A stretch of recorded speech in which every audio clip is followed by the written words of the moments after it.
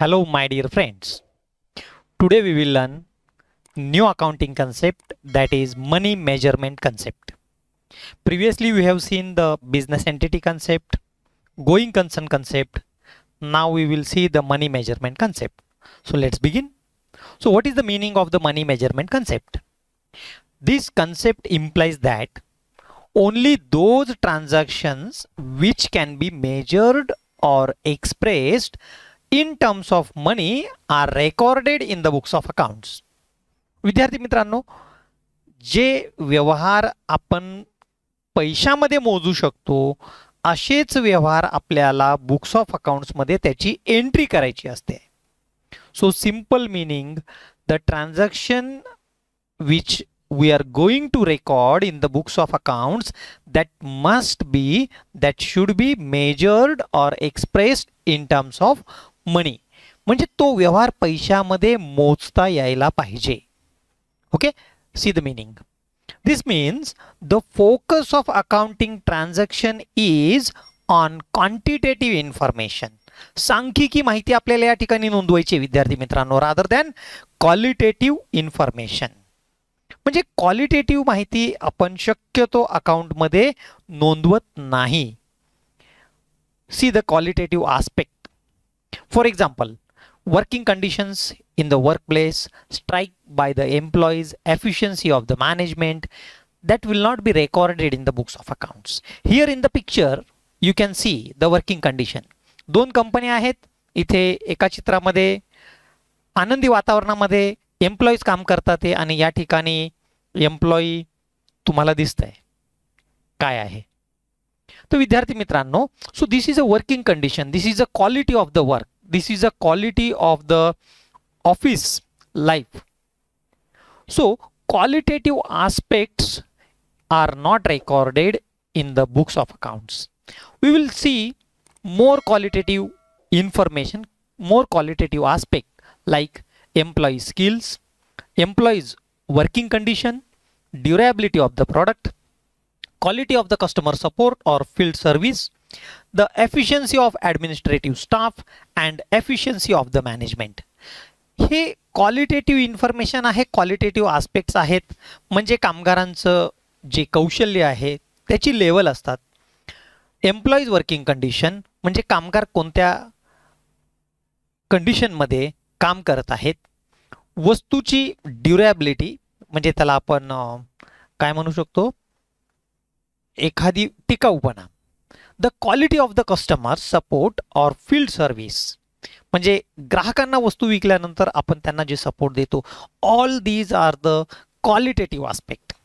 And efficiency of the management and administrative staff म्हणजे व्यवस्थापक जे आहेत किंवा व्यवस्थापन समिती जी आहे त्यांची कार्यक्षमता. हे आपण क्वांटिटेटिव्हमध्ये म्हणजे सांख्यिकीमध्ये आपण मोजू शकत नाही. Measuring unit. Since money serves as the medium of exchange, transactions expressed in money are recorded. Since money serves as a medium of exchange, transactions expressed in money are recorded.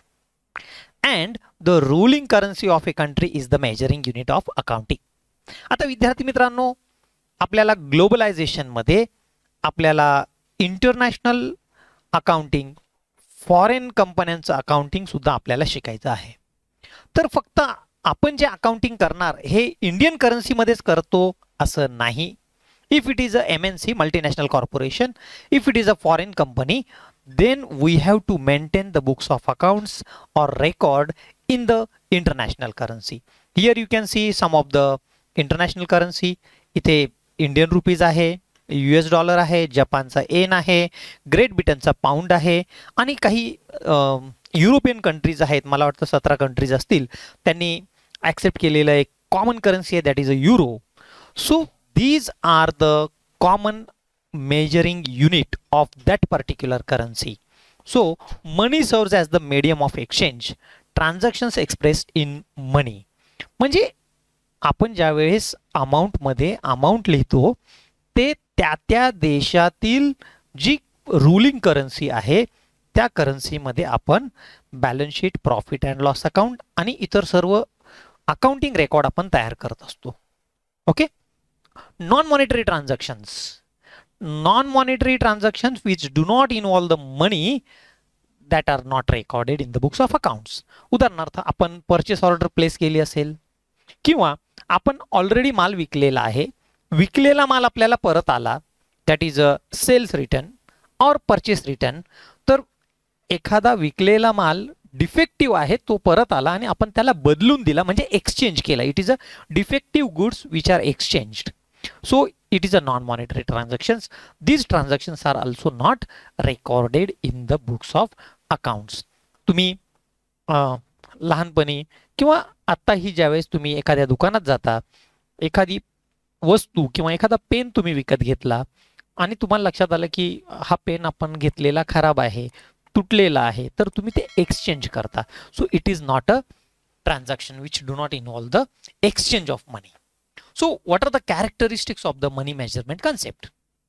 आता याची काही वैशिष्ट्ये आहेत. Money is the common unit of measurement. हो, म्हणजे प्रत्येक व्यवहार ज्यावेळेस आपण नोंदवतो हे आपण पैशातच नोंदवतो. जसं आपण इन्व्हेंटरीची नोंद करतो म्हणजे मालाची नोंद करतो, त्या ठिकाणी आपण लिटर किंवा मीटर किंवा डझन असे वेगवेगळे युनिट्स आपण वापरतो. पण पैसा जो आहे it is a common unit of measure, मोजण्याचं एकक. Only monetary transactions are recorded. विद्यार्थी मित्रांनो, फक्त पैशाशी संबंधित आणि ज्याच्यामध्ये पैशाचं देवाणघेवाण चालतं असेच व्यवहार या ठिकाणी नोंदवले जातात. Due to the common measurement of the transactions communication is easy between the management and the stakeholders. ज्यावेळेस आपण सर्व रिपोर्ट्स, सर्व अकाउंटिंग रेकॉर्ड्स आपण पैशामध्ये नोंदवत असतो आणि हा एकच एकक असल्यामुळे व्यवस्थापकांना जे काही माहिती स्टेक होल्डर्स पर्यंत, म्हणजे ते शेअर होल्डर असतील, डिबेंचर होल्डर असतील, क्रेडिटर्स असतील, डिपॉझिट होल्डर्स असतील, ज्या ज्या लोकांना आपल्या कंपनीमध्ये इंटरेस्ट आहे अशा सर्वांमध्ये कम्युनिकेशन हे आपलं सोपं जातं. It records historical cost and the future value is not considered. विद्यार्थी मित्रांनो, ज्यावेळेस आपण व्यवहार करतो तर जी काही हिस्टॉरिकल कॉस्ट असेल, म्हणजे एखादा फर्निचर आपण खरेदी केलं तर त्या फर्निचरची खरेदी किंमत आपण काय करतो त्या ठिकाणी नोंदवत असतो. It is a historical cost. आता 6 महिन्यानंतर किंवा 1 वर्षानंतर त्याची किंमत वाढली तर ती वाढलेली किंमत future value, inflation, it is not recorded in the books of accounts. For example, if A business has 5 computers, 2 tables, 3 chairs, the assets cannot be added to give useful information unless they are expressed in monetary terms. म्हणजे तुम्ही सांगताय आमच्याकडे 5 computer आहेत, 2 table आहेत, 3 chair आहेत. हो, पण computer आज बाजारामध्ये 25,000ला पण मिळतं, 1,00,000ला पण मिळतं, 2,00,000ला पण मिळतं. So this is a quantitative information but and it is a quality. It means तुमच्याकडे कोणतं कॉम्प्युटर आहे, कोणत्या कंपनीचं आहे, कोणत्या ब्रँडचं आहे, कोणते टेबल आहेत, कोणते चेअर आहेत, सेलोचे आहेत, नीलकमलचे आहेत किंवा आणखी कोणते कंपनीचे चेअर्स तुमच्याकडे आहेत. So these assets cannot be added to give the useful information. आता अकाउंटिंगमध्ये ह्याची व्हॅल्यू आपल्याला लिहिणं आवश्यक आहे. त्यामुळे this can be expressed like 1,50,000 for computers, 50,000 rupees for tables and 5,000 rupees for chairs. म्हणजे या ठिकाणी आपल्याला कोणत्या कंपनीचं, कोणत्या क्वालिटीचं, प्लास्टिकचं आहे किंवा आणखी कोणतं हे आपल्याला लिहिण्याची आवश्यकता नाही.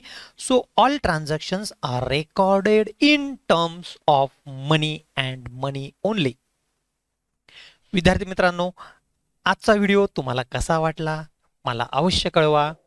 तुम्ही या पद्धतीचे आणखी व्हिडिओ यूट्यूबला चेक करा. मला खात्री आहे आपल्यासारखा व्हिडिओ तुम्हाला यूट्यूबवरती सापडणार नाही. म्हणून माझी एक विनंती आहे, वर्ल्ड क्लास एज्युकेशन तुम्ही जास्तीत जास्त तुमच्या मित्र मैत्रिणींपर्यंत पोहोचवा, जेणेकरून प्रत्येक विद्यार्थ्याला मोफत शिक्षणाचा आनंद घेता येईल. धन्यवाद.